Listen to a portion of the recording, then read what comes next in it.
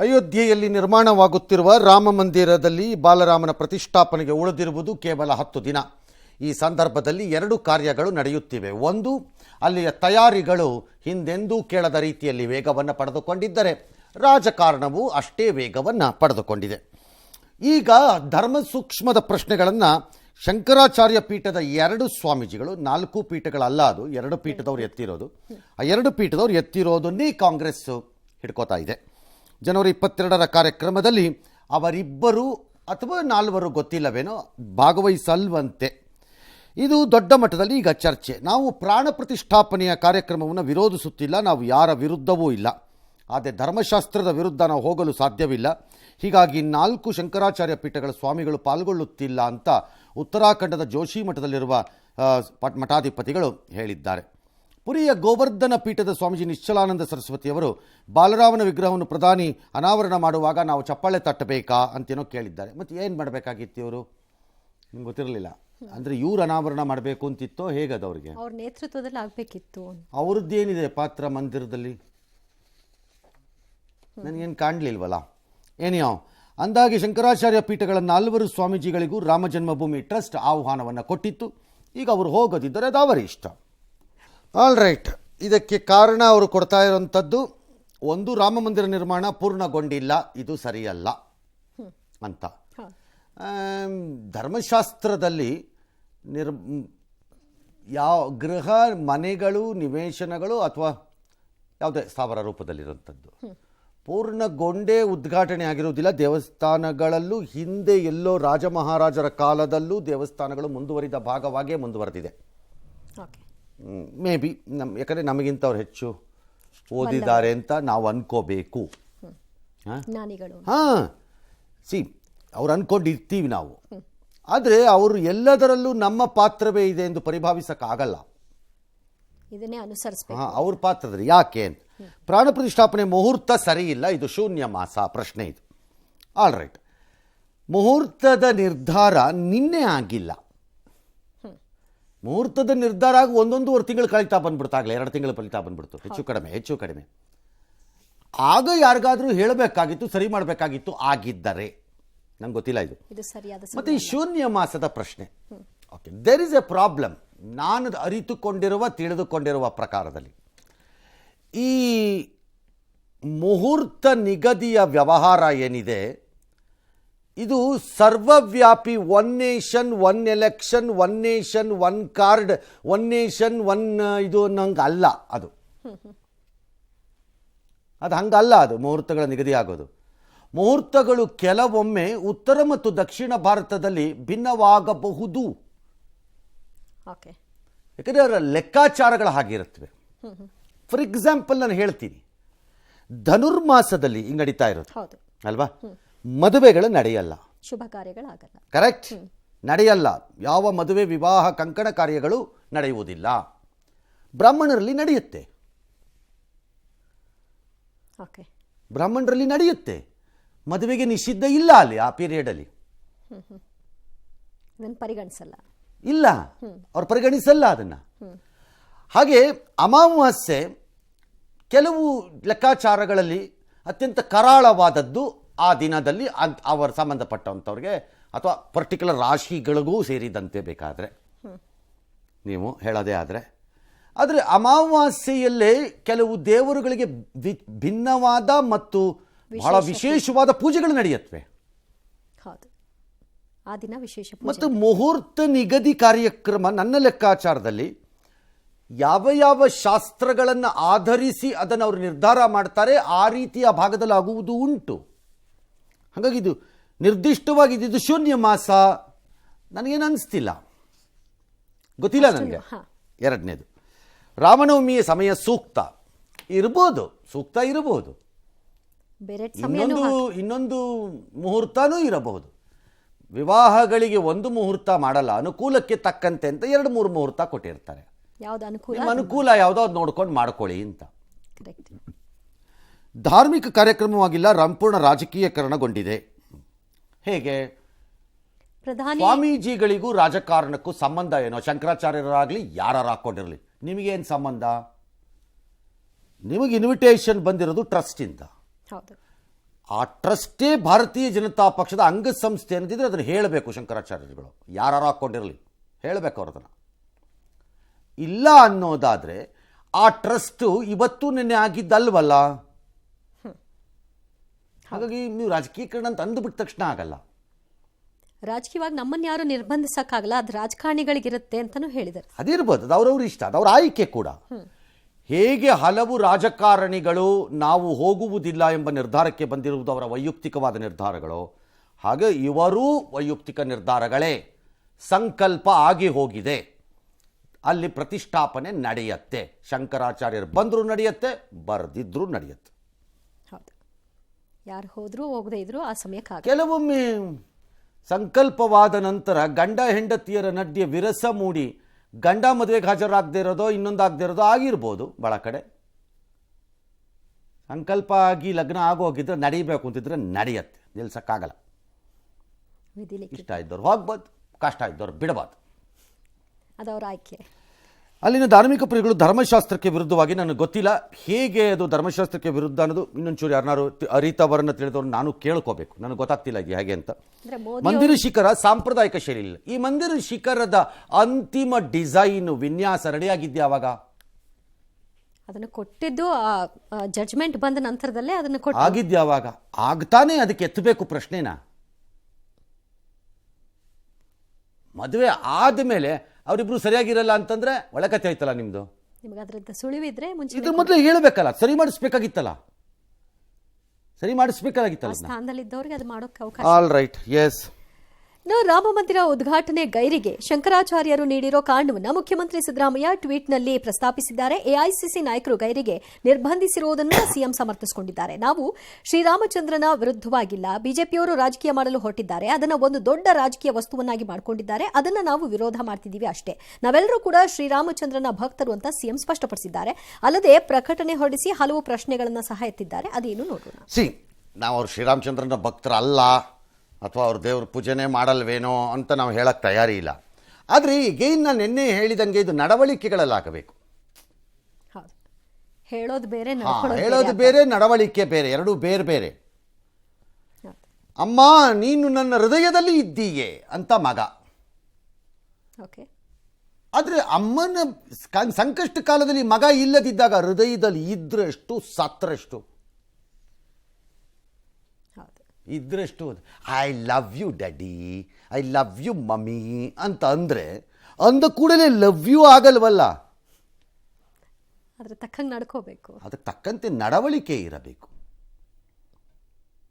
ಯಾರ್ಯಾರು ನನ್ನ ಎದೆಯಲ್ಲಿದೆ, ಹೃದಯದಲ್ಲಿದೆ, ಬ್ರೈನ್ ಒಳಗಡೆ ಇದೆ, ಡ್ಯಾಶ್ ಡ್ಯಾಶ್ ಡ್ಯಾಶ್ ಅದರೊಳಗಡೆ ಭಾರತ ಭಾಗ ನನ್ನ ದೇಹದ ಒಳಗಡೆ ಎಲ್ಲ ಇದೆ ಅಂತ ಯಾರ್ಯಾರು ಅಂತ ಇದ್ದಾರೆ, ಅದು ನಡವಳಿಕೆಯಲ್ಲೂ ಇರಬೇಕು. ಅಂದ್ರೂ ಆಗಿಬಿಡಲ್ಲ ಅದು ಕ್ರಮ. All right.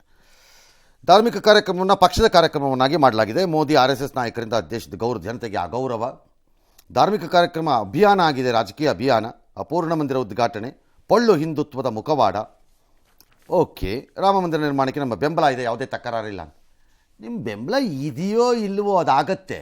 ನಿಮ್ಮ ಬೆಂಬಲ ಇರಲಿಲ್ಲ ಅಂತ ಅಂದ್ಕೊಂಡಾಗಲೂ ಆಗಿದೆ.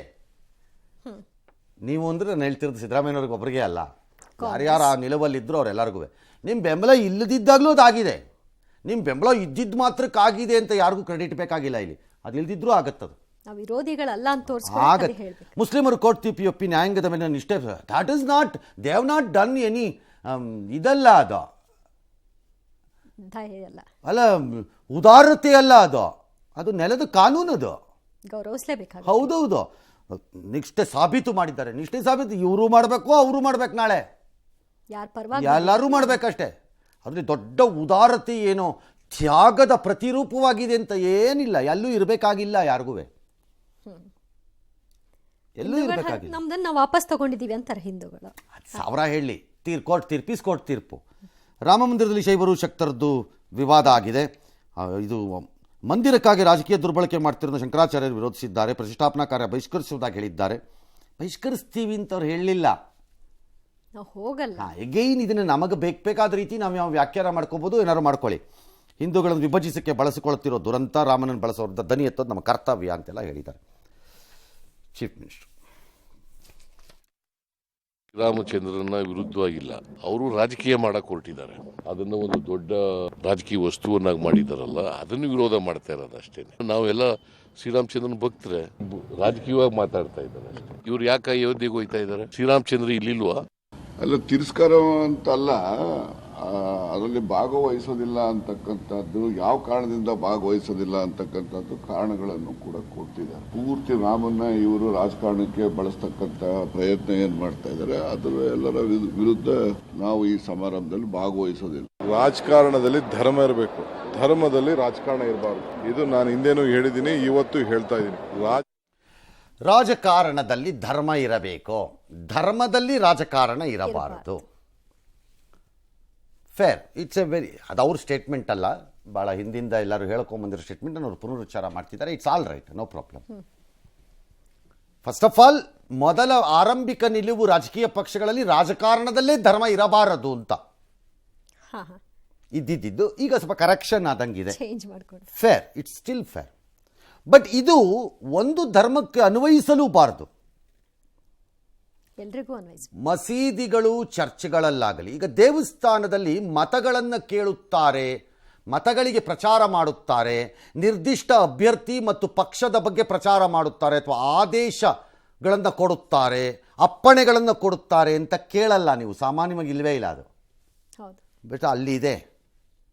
ಅದರ ಲಾಭವನ್ನು ಆಯಾಯ ಕಾಲದಲ್ಲಿ ಆಯಾಯ ಪಕ್ಷಗಳು, ಅಭ್ಯರ್ಥಿಗಳು ಪಡ್ಕೊಂಡಿರ್ತಾರೆ. ಹಾಗಾಗಿ ರಾಜಕಾರಣದಲ್ಲಿ ಧರ್ಮ ಇರಬಹುದು, ಧರ್ಮದಲ್ಲಿ ರಾಜಕಾರಣ ಇರಬಹುದಾರದು ಅನ್ನೋದೇ ರಾಂಗ್. ಧರ್ಮದಲ್ಲಿ ರಾಜಕಾರಣ ಇರುವುದರಿಂದಲೇ ರಾಜಕಾರಣಕ್ಕೆ ಧರ್ಮ ಬಂದಿರುವುದು. ತರ್ಕ ಬಹಳ ಸರಳವಾದದ್ದಿದು. ಧರ್ಮದಲ್ಲಿ ರಾಜಕಾರಣ ಇರುವುದರಿಂದಲೇ ರಾಜಕಾರಣಕ್ಕೆ ಧರ್ಮ ಬಂದಿರುವುದು. ಹೌದು, ಅನುಮಾನನೇ ಇಲ್ಲ. All right, let anybody come and tell me ಎದೆ ಮುಟ್ಕೊಂಡು ಧರ್ಮಗಳಲ್ಲಿ, ಯಾವುದೇ ಧರ್ಮಗಳಲ್ಲಿ ರಾಜಕಾರಣ ಇಲ್ಲ ಅಂತ ಹೇಳಿ ನೋಡೋಣ. ಯಾರೇ ಚುನಾವಣಾ ಸಂದರ್ಭದಲ್ಲಿ ಇದೆಯಾ ಇಲ್ಲವಾ ಅಂತ ಯಾರು ಒಬ್ಬರು ಹೇಳಿ ನೋಡೋಣ. ಅಥವಾ ಅಲ್ಲದೇ ಇರೋ ಸಂದರ್ಭದಲ್ಲಿ ಯಾವುದೇ ಧರ್ಮದಲ್ಲಿ ಹೇಳಿ ನೋಡೋಣ. ಅದರ ಆಧಾರದ ಮೇಲೆ ಹೋಗೋದು ಇಲ್ವಾ? ಮಸೀದಿಗಳಲ್ಲಿ ಹೇಳ್ಬಿಟ್ರು ಅಂತನೋ, ಚರ್ಚಲ್ಲಿ ಹೇಳ್ಬಿಟ್ರು ಅಂತನೋ, ಅಥವಾ ಇನ್ಯಾವುದೋ ಇನ್ನೊಂದು ಜಾಗದಲ್ಲಿ ಹೇಳ್ಬಿಟ್ರು ಅಂತನೋ ಇಲ್ವಾ? ಅವೆಲ್ಲ ನಡ್ಕೊಂಡ್ ಬಂದಿದೆ. ಅದರ ಭಾಗನೇ ಅಲ್ವಾ? ಈಗ ಜಮೀರ್ ಅವತ್ತು ಹೈದರಾಬಾದಲ್ಲಿ ಮಾತಾಡ್ತಿದ್ದಾಗ ಮುಸ್ಲಿಮರಿಗೆ ಏನೇನು ಮಾಡಿದೆ ಕಾಂಗ್ರೆಸ್ ಪಕ್ಷ ಗೊತ್ತಾ? 5 ಜನ ಗೆದ್ವಿ, 7 ಜನ ಗೆದ್ವಿ, 5 ಜನಕ್ಕೆ ಬಂದ್ವಿ, 5 ಜನಕ್ಕೆ ಹಿಂಗೆ ಅಧಿಕಾರ ಕೊಟ್ಟರು, ಇದನ್ನು ಮಾಡಿದ್ದೀನಿ ಬಿಟ್ಟಿನ ಯಾವ ಪಕ್ಷ ಇದೆ ಕಾಂಗ್ರೆಸ್ ಅಂತ ಮುಸ್ಲಿಮರ ಮುಂದೆ ಮುಸ್ಲಿಂ ಬಳಸಿಕೊಂಡು ಹೇಳುವುದು ಧರ್ಮದ ಭಾಗ ಅಲ್ಲವೇನು? ಹಂಗಾಗಲ್ಲ. ಹೇಳಿಕೆಗಳ ರೂಪದಲ್ಲಿ ರಾಜಕೀಯವಾಗಿ ಕೊಡಬಹುದು, ಅವ್ರವ್ರ ಇಷ್ಟ. ಬಟ್ ಅದಕ್ಕೆ ಸಪೋರ್ಟಿವ್ ಆಗಿ ಸಿಚುಯೇಷನ್ಸು, ಪರಿಸ್ಥಿತಿ ಇದೆ ಅಂತ ಹೇಳಕ್ಕಾಗಲ್ಲ ನಮ್ಮ ದೇಶದಲ್ಲೀಗ. ಎಲ್ಲರೂ ನೀವು ನಿಮ್ಮ ಧರ್ಮಗಳನ್ನು, ಬಿಜೆಪಿಯವರು ಹಿಂದೂ ಇರ್ಬೋದು, ನೀವು ಮುಸ್ಲಿಂ ಇರ್ಬೋದು, ಅಥವಾ ಕ್ರೈಸ್ತರು ಇರ್ಬೋದು, ಅಥವಾ ಇನ್ನೊಂದಿರ್ಬೋದು, ಅಕಾಲಿ ದಳದವರು ಸಿಖ್ ಇರಬಹುದು, ಎಲ್ಲರೂ ಒಬ್ಬೊಬ್ಬರನ್ನ ನಿಮ್ಮ ನಿಮ್ಮ ಅನುಕೂಲಕ್ಕೆ ನೀವು ಬಳಸಿಕೊಂಡಿರುವವರೇ. ಅನುಮಾನವೇ ಇಲ್ಲ. ಇಲ್ಲ ಅನ್ನೋದಾದರೆ ನನ್ನೊಂದು 100 ಜನದ ಕೈಲಿ ಸರ್ವೆ ಮಾಡಿಸಿ ಕೇಳಿಸ್ತೀನಿ ಬೇಕಾದ್ರೆ, ಹೌದಾ ಇಲ್ವಾ ಅಂತ ಒಪ್ಕೋಬೇಕು. ಒಪ್ಕೋಬೇಕಂಗಾರೆ ಇಲ್ವಾ ಅಂತ. That is not fair. C, Raman ನೋಡಕ್ ಅಯೋಧ್ಯೆಗೆ ಯಾಕೆ ಹೋಗ್ಬೇಕು? ರಾಮನ್ ನೋಡಕ್ ಅಯೋಧ್ಯೆಗೆ ಯಾಕೆ ಹೋಗ್ಬೇಕು? ಇಲ್ಲೇ ಇಲ್ವಾ ಅಂತ ಕೇಳ್ತಾರೆ. ಹೈಕಮಾಂಡ್ ಭೇಟಿ ಮಾಡಕ್ಕೆ ಡಿಲ್ಲಿಗೆ ಯಾಕೆ ಹೋಗ್ಬೇಕು? ಅವ್ರನ್ನೇ ಯಾಕೆ ಇಲ್ಲಿ ಕರ್ಸಕ್ಕಾಗಲ್ಲ? ಅವಾಗ ನಿಮಗೆ ಹೇಗೆ ಹೈಕಮಾಂಡು ಗರ್ಭಗುಡಿಯೋ ಎಲ್ಲ ಪಕ್ಷಗಳಿಗೆ, ಹಾಗೆ ಈ ಥರದ ವಿಚಾರಗಳಲ್ಲೂ ಮೂಲ ಸ್ಥಾನಗಳು ಅಂತ ಇರುತ್ತೆ. ಎಲ್ಲ ಜಾತಿಗಳಲ್ಲೂ ತಿಮ್ಮಪ್ಪನನ್ನು ನೋಡಲು ತಿರುಪತಿಗೆ ಏಕೆ ಹೋಗಬೇಕು?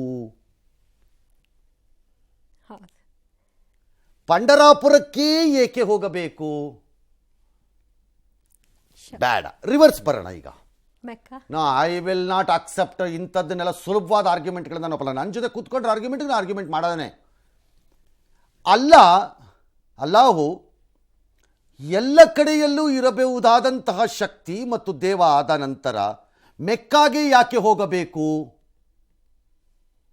ಮಸೀದಿಯಲ್ಲೇ ಮಾಡಿದ್ರೆ ಸಾಕಲ್ಲ, ಡನ್ ಅಲ್ವಾ? ಅಥವಾ ಜೀಸಸ್ನ ನೋಡೋದಕ್ಕೆ ಅಲ್ಲಿಗೆ ಯಾಕೆ ಹೋಗಬೇಕು? ಜೆರುಸಲೇಮ್ ಹತ್ರದ ಇದಕ್ಕೆ ಎಲ್ಲ ಕಡೆನೂ ಒಂದೇ. ಹಾಗೆ ರಾಮನನ್ನು ನೋಡಲು ಅಯೋಧ್ಯೆಗೆ ಏಕೆ ಹೋಗಬೇಕು ಎಂಬುದು ಅಯೋಧ್ಯೆಯಲ್ಲಿರುವ ಶಕ್ತಿ ಮತ್ತು ನಮ್ಮ ನಂಬಿಕೆಗಳ ಆಳ.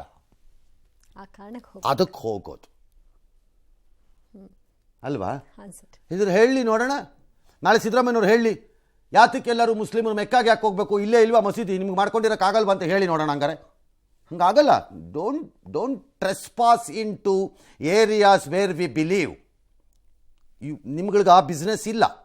ನೀವು ರಾಜಕೀಯವಾಗಿ ಒಬ್ಬರನ್ನೊಬ್ರು ಏನು ಬೇಕಾದ್ರೂ ಹೇಳ್ಕೊಳ್ಳಿ, ಅದು ನಿಮಗೆ ಬಿಟ್ಟಿದ್ದು. ಆದರೆ ನನ್ನ ನಂಬಿಕೆಯನ್ನು ಅಳ್ಳಾಡಿಸುವಂತೆ ಹೇಳುವ ಹಕ್ಕು ನಿಮಗಿರಲ್ಲ. ನಂಬಿಕೆ ಅದು ನಿಮಗೆ ಬಿಟ್ಟಿದ್ದು. ನೀವು ರಾಜಕೀಯ ಏನಾದ್ರು ಮಾಡ್ಕೊಂಡು ಹೋಗಿ, ನಾವು ಜನ ತೀರ್ಮಾನ ಮಾಡ್ತಾರೆ ಚುನಾವಣೆಗಳಲ್ಲಿ ಅವರು ತೋಚಿದಂತೆ. ನಮ್ಮ ನಂಬಿಕೆಗಳನ್ನ ಅಳ್ಳಾಡ್ಸೋಕ್ಕಾಗಲ್ಲ. ಡಿ ಕೆ ಶಿವಕುಮಾರ್ ಅವರು ಅಜಯ್ನ ಹತ್ರನೇ ಯಾಕೆ ಹೆಚ್ಚಿಗೆ ನಂಬ್ಕೊಂಡು ಹೋಗಬೇಕು? ಯಾಕೆ ಹೋಗಬೇಕು? ಡಿ ಕೆ ಶಿವಕುಮಾರ್ ಉತ್ತರ ಕೊಡಲಿ ನೋಡೋಣ. ಹಂಗಾಗಲ್ಲ. ದಟ್ ಈಸ್ ವೈ ಹಿಂದೂಗಳ ನಂಬಿಕೆಯ ಭಾಗವಾಗಿ, ಬದುಕಿನ ಭಾಗವಾಗಿ, ನಂಬಿಕೆಯ ಆಳದಲ್ಲಿರುವ ಅಯೋಧ್ಯೆಯಿಂದಾಗಿ ರಾಮನನ್ನು ನೋಡಕ್ಕೆ ಹೋಗ್ತಾರೆ. ಬೆಂಗಳೂರಲ್ಲೂ ವೈಯಾಳಿಕಾಬಾಲಲ್ಲಿ ತಿಮ್ಮಪ್ಪನ ದೇವಸ್ಥಾನ ಇದೆ. ಅಯ್ಯಪ್ಪ ಸ್ವಾಮಿ ದೇವಸ್ಥಾನವನ್ನು ರಾಜ್ಯದ ಉದ್ದಗಲದಲ್ಲೂ ಹಲವಾರು ರಾಜ್ಯಗಳಲ್ಲಿ ಅವರವರ ಭಕ್ತಾದಿಗಳು 18 ಮೆಟ್ಟಲುಗಳ ರೀತಿಯೇ ಮಾಡಿ ಕಟ್ಟಿದ್ದಾರೆ. ಹಾಗಾದರೆ ಅಲ್ಲಿಗೆ ಯಾಕೆ ಹೋಗಬೇಕು? ಸಾಯಿಬಾಬನ ಆರಾಧಿಸೋರು ಅಷ್ಟೇನೆ. That's all is the answer. ಸರಿ, ಇದಕ್ಕೆ ಹೋಗಲ್ಲ ಅಂತವ್ರು ಅಲ್ವಾ ಕಾಂಗ್ರೆಸ್ನವರು ಅಂತೇನೋ, ಅದಕ್ಕೆ ಬಿಜೆಪಿಯವ್ರದ್ದು ಟೀಕೆಗಳು. ಎಸ್, ಕಾಂಗ್ರೆಸ್ನವ್ರಿಗೆ ಆಮಂತ್ರಣ ಇದ್ದರೂ ಸಹ ನಾವು ಹೋಗೋದಿಲ್ಲ ಅನ್ನುವಂಥ ಒಂದು ತೀರ್ಮಾನವನ್ನು ತಗೊಂಡಿರುವಂಥದ್ದು ಅತ್ಯಂತ ದುರ್ದೈವದ ಸಂಗತಿ. ಅವರ ನಿಲುವನ್ನು ನಾನು ಖಂಡಿಸ್ತೇನೆ. ಕೋಟ್ಯಾಂತರ ಜನ ಹಿಂದೂಗಳ ಭಾವನೆಗಳಿಗೆ ತಕ್ಕೆ ಸಿದ್ದರಾಮಯ್ಯನವರು ಅಷ್ಟೇ, ಮಸೀದಿಗೆ ಯಾಕೆ ಹೋಗ್ಬೇಕು? ಮನೆಯಲ್ಲೇ ಅವರು ನಮಾಜ್ ಮಾಡ್ಬೋದಲ್ಲ, ಮಾಡಂಗಿದ್ರೆ ಮಸೀದಿಗೆ ಯಾಕೆ ಟೋಪಿ ಹಾಕೊಂಡು ಹೋಗ್ಬೇಕು? ಬಿರಿಯಾನಿ ತಿನ್ನಕ್ಕೆ ಯಾಕೆ? ಅಲ್ಪಸಂಖ್ಯಾತರ ಮತಕ್ಕಾಗಿ ಬಹುಸಂಖ್ಯಾತರು ಶ್ರದ್ಧೆಯಿಂದ ನಂಬಿರುವಂತಹ ರಾಮಾಯಣ, ಮಹಾಭಾರತ, ಸನಾತನ ಧರ್ಮವನ್ನ ಟೀಕೆ ಮಾಡೋದು, ವಿರೋಧ ಮಾಡೋದು, ಅದೇ ಲೆಕ್ಕದಲ್ಲಿ, ಅದೇ ಫ್ರೇಮ್ವರ್ಕ್ದಲ್ಲಿ ಈ ರಾಮ ಮಂದಿರ ಉದ್ಘಾಟನೆ ಆಹ್ವಾನವನ್ನು ತಿರಸ್ಕರಿಸಿದರೆ ನನಗೇನಿದೆ ಆಶ್ಚರ್ಯ ಆಗಿಲ್ಲ. ರಾಮ ಹಿಂದೂಗಳನ್ನು ಜೋಡಿಸ್ತಾನೆ. ಯಾರಿಗೆ ಒಡಿಬೇಕು ಅಂತ ಮನಸ್ಸಿರುತ್ತೋ ಅವ್ರು ಸಿದ್ದರಾಮಯ್ಯನವ್ರ ತರ ಹೇಳಿಕೆ ಕೊಡ್ತಾರೆ. ಸಿದ್ದರಾಮಯ್ಯನವರು ಹಿಂದೂಗಳನ್ನ ಒಡೆಯೋದು ಅವರು ಯಾವ ಕಾರಣಕ್ಕೆ ಹೋಗ್ತಿಲ್ಲ ಅಂತಕ್ಕಂಥ ಬಹುಶಃ ಸಾರ್ವಜನಿಕರು ಅವರೇ ಹೇಳ್ತಾರೆ. ನನಗೆ ಅವ್ರ ಪಕ್ಷದ ತೀರ್ಮಾನ ನನಗೆ ಸಂಬಂಧ ಇಲ್ಲ. ಈ ಒಂದು ರಾಮ ಮಂದಿರದ ಉದ್ಘಾಟನೆ ಏನಿದೆ, ಇಡೀ ದೇಶದಾದ್ಯಂತ ಜನರ ಒಂದು ನಿರೀಕ್ಷೆ ಇದ್ದಂಥದ್ದು ಹಲವಾರು ವರ್ಷಗಳ. ಓಕೆ, ಈಗ ಕಾಂಗ್ರೆಸ್ನವ್ರು ಹೋಗಲ್ಲ ಅನ್ನೋದಕ್ಕೆ ಪ್ರಶ್ನೆ. ನಾನೀಗಲೂ ಹೇಳ್ತೀನಿ, ನನ್ನ ದೃಢವಾದ ನಂಬಿಕೆ ಇದ್ದದ್ದು ಕಾಂಗ್ರೆಸ್ ಹೋಗುತ್ತೆ ಅಂದ್ಕೊಂಡಿದ್ದೆ. ಹೌದು, ಅಟ್ಲೀಸ್ಟ್ ಪ್ರಾತಿನಿಧಿಕವಾಗಾದರೂ ಯಾರೊಬ್ಬರನ್ನ ಕಳಿಸ್ಕೊಟ್ಬಿಡ್ತಾರೆ ಅಂದ್ಕೊಂಡಿದ್ದೆ. ಅಂದ್ಕೊಂಡಿದ್ದೆ ನಾನು. Of course we have been proved wrong. ಈಗ ಪ್ರಶ್ನೆ ಬೇರೆ, ಯಾಕೆ ಅಂತ ಉತ್ತರ ಕೊಡ್ತೀನಿ ಈಗ ನಾನು. ಅದಕ್ಕೆ ಈ ರಾಜಕೀಯದವ್ರ ಥರ ಬರೀ ಉಡಾಪೆಗೆ ಹೇಳೋದಲ್ಲ. ಈಗ ಇಲ್ಲಿ ಕೂತ್ಕೊಂಡು ನಾನು ಉತ್ತರ ಕೊಡ್ತೀನಿ. ರಾಮ ಮಂದಿರದ ತೀರ್ಪು ಬಂದ ನಂತರ ಮಂದಿರ ನಿರ್ಮಾಣಕ್ಕೋಸ್ಕರ ಫಂಡನ್ನು, ದೇಣಿಗೆಗಳನ್ನು ಸಂಗ್ರಹಿಸಿದ್ರು ತಾನೆ? ಕರೆಕ್ಟ್. ಸಂಗ್ರಹಿಸಿದ್ರಾ ಇಲ್ವಾ? ಸಂಗ್ರಹಿಸಿದ್ರು. ಈ ದೇಣಿಗೆಗಳಿಗೆ Lakshmi Hebbalkar, D K Shivakumar, doctor Parameshwar dash dash dash dash ಬಹಳ ಜನ ಕಾಂಗ್ರೆಸ್ಸಿಗರು ಕೊಟ್ಟರು ತಾನೆ? ಕೊಟ್ಟಿದ್ದಾರೆ, ಕೆಲವರು ಹೇಳಿದ್ದಾರೆ. ಯಾಕೆ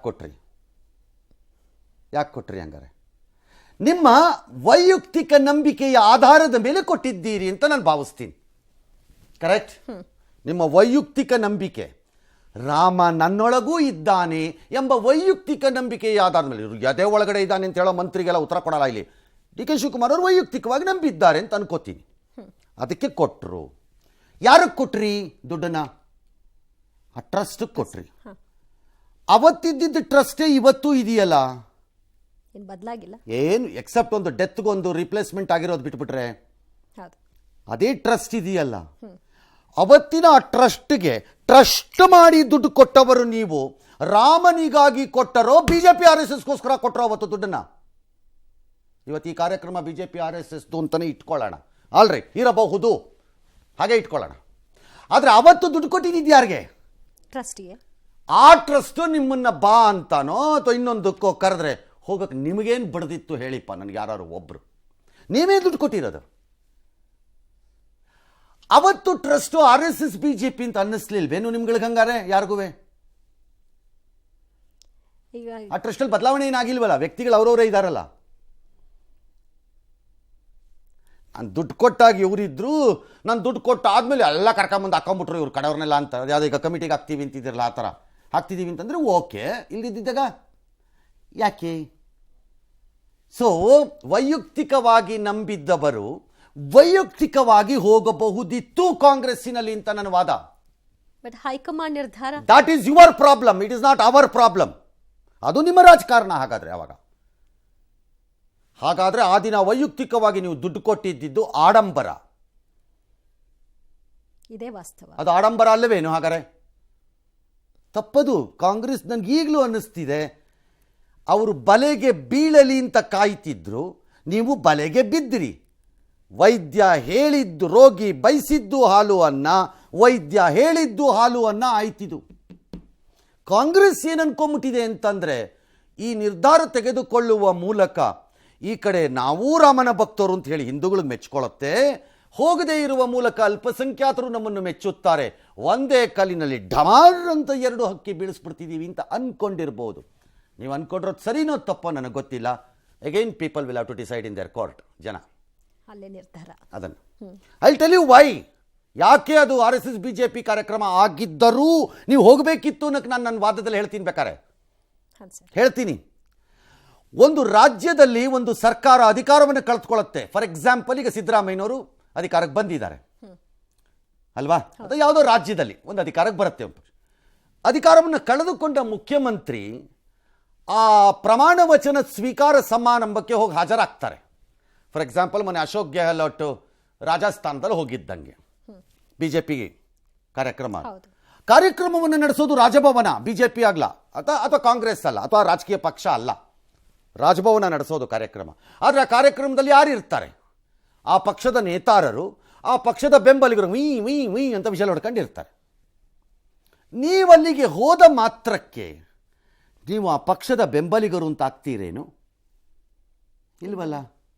ಹಾಗೆ ನೀವಿಲ್ಲಿ ದೇವಸ್ಥಾನದ ಉದ್ಘಾಟನೆಗೆ ಅಥವಾ ಪ್ರಾಣ ಪ್ರತಿಷ್ಠಾಪನೆಗೆ ಹೋಗಿದ್ದರೆ ಟ್ರಸ್ಟಿನ ಇನ್ವಿಟೇಷನ್ ಆಧಾರದ ಮೇಲೆ, ಆ ಟ್ರಸ್ಟಿಗೆ ದುಡ್ಡು ಕೊಟ್ಟಿದ್ದರ ಪರಿಣಾಮವಾಗಿ ಹೋಗಿದ್ದರೆ ನಿಮ್ಮನ್ನು BJP RSS ಬೆಂಬಲಿಗರು ಅಂತ ಯಾರು ಪರಿಗಣಿಸ್ಬಿಡ್ತಿದ್ರೇನು? ಇಲ್ವಲ್ಲ, ಸಾಧ್ಯ ಇಲ್ವಲ್ಲ ಹಾಗೆ ಮಾಡೋಕ್ಕೆ. But still you could have sent a message. We believe in Rama, but not in the politics of BJP and RSS, but we have come for Rama, not for BJP. ಆ message ಕಳಿಸ್ಬೋದು, ಹೇಳ್ಬೋದಾಗಿತ್ತಲ್ಲ. ಆ ಅವಕಾಶವನ್ನು ಕಳ್ಕೊಂಡ್ವಿ ಅಂತ ಕಾಂಗ್ರೆಸ್ಸಲ್ಲಿ ಯಾರಿಗೂ ಅನಿಸಿಲ್ವೇನು? ಈಗ ಹೇಳ್ಕೊಂಡ್ಮೇಲೆ ಆ ಥರ ಅನಿಸಿದ್ರು ನಂಗೆ ಗೊತ್ತಿಲ್ಲ, ಅದು ಅವ್ರಿಗೆ ಬಿಟ್ಟಿದ್ದು, ಅದು ಅವ್ರ ತೀರ್ಮಾನ ಕೂಡ. ಮತ್ತು ನಿಮ್ಮ ಈ ತೀರ್ಮಾನವನ್ನು ಎಗೈನ್ ಜನನೇ ಅವ್ರಿಗೆ ಇಷ್ಟ ಬಂದಂಗೆ ಅವ್ರು ಅದನ್ನು ವ್ಯಾಖ್ಯಾನಿಸ್ಕೋಬೋದು, ಅರ್ಥೈಸಿಸ್ಕೋಬೋದು ಅಲ್ವಾ?